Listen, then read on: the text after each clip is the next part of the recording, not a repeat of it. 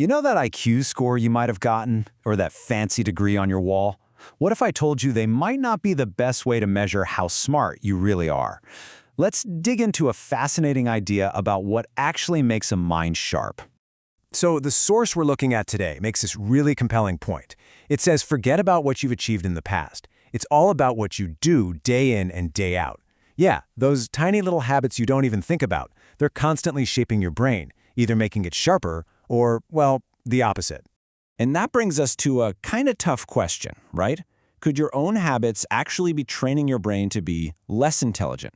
I mean, the source doesn't just say these habits are symptoms of lower intelligence. Nope, it argues they're actively causing it. So you gotta ask, what are these habits?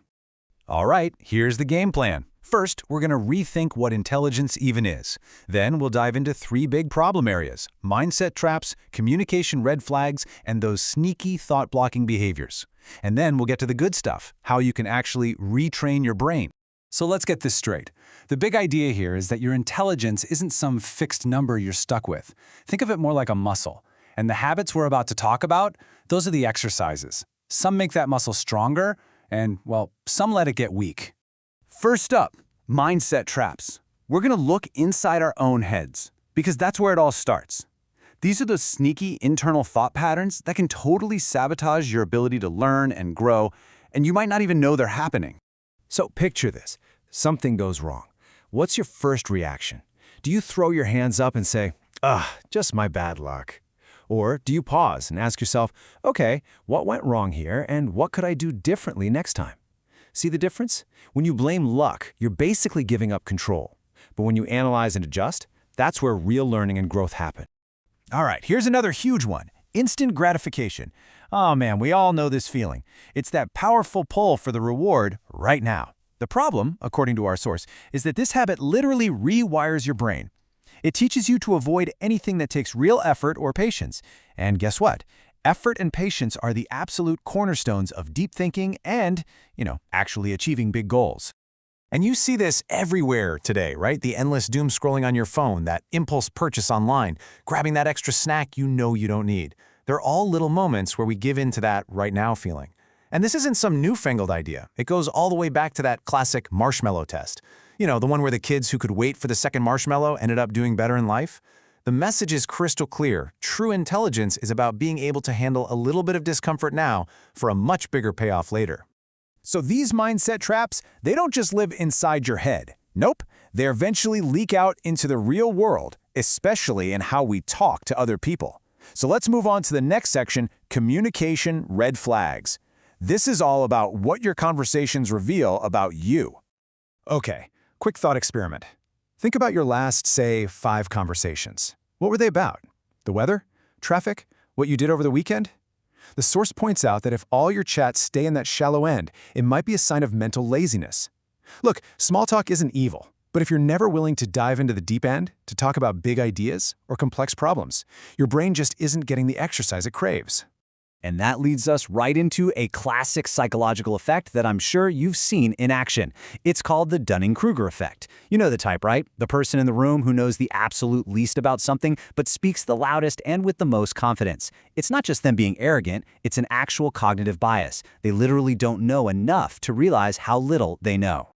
And man, the source just nails it with this quote. It says, "True intelligence admits I don't know and asks questions. Fake intelligence hides ignorance behind volume and arrogance." Think about that. The truly brilliant people, they're usually the ones asking all the questions. They see "I don't know" not as a failure, but as an awesome opportunity to learn something new. Trying to cover up what you don't know with just being loud, that's a total dead end. All right, moving on to our third and final category of bad habits. These are the thought-blocking behaviors. We're talking about actual physical things people do that literally stop them from thinking clearly, reflecting, or solving problems. So let me ask you this. When was the last time you just sat in total silence? No TV, no music, no phone. According to the source, if that idea makes you feel a little antsy, that's a big red flag. A lot of us use constant noise as a shield to avoid our own thoughts. But here's the thing. Those quiet moments are where the magic happens. It's when your brain finally has a chance to connect the dots, solve tough problems, actually think. Silence isn't empty space. It's the workshop of the mind. Okay, this next one is a biggie. It's all about the danger of not thinking for yourself, what we call blind obedience. This is when you follow a rule or an instruction so strictly that you completely ignore what's right in front of your face. The source uses these hilarious examples that make a really sharp point. Like, if your GPS says drive into a lake, a rigid mind just turns the wheel. If the recipe says bake for 20 minutes, but the food is clearly still raw, they serve it anyway. You see, real intelligence isn't about following instructions perfectly. It's about knowing when the instructions are wrong and it's time to adapt. A smart mind checks the rules against reality. A rigid mind just follows them right off a cliff. Okay, so after all that, I wouldn't be surprised if you're feeling a little down, maybe even recognizing a habit or two. But hang on, because this last section is by far the most important one. This is where we talk about the fix. I really want you to hear this. This isn't permanent. Seriously, none of these habits mean you're stuck this way forever. They are not a life sentence. They are not who you are. It's pretty simple, actually. This is all the result of daily habits. And the beautiful thing about habits, they can be changed. If bad habits got you here, then good habits can get you out. You can make a conscious choice, starting right now, to build the habits that make your mind sharper. This is 100% in your control. So, what's the roadmap? It's basically the opposite of everything we just talked about. Instead of blaming bad luck, you're going to analyze your own actions. Instead of cramming every second with noise, you're going to embrace a little quiet. Instead of just following the rules, you're going to start asking why. You're going to practice delaying gratification, seek out deeper conversations, and get comfortable saying, I don't know. Every single one of these is the direct antidote. So, there you have it. We've looked at the patterns that can hold your mind back, but more importantly, we've seen that every single one of them can be broken. So the real question, the one I want to leave you with, is for you. As you look back on everything we've talked about, which habit will you break first?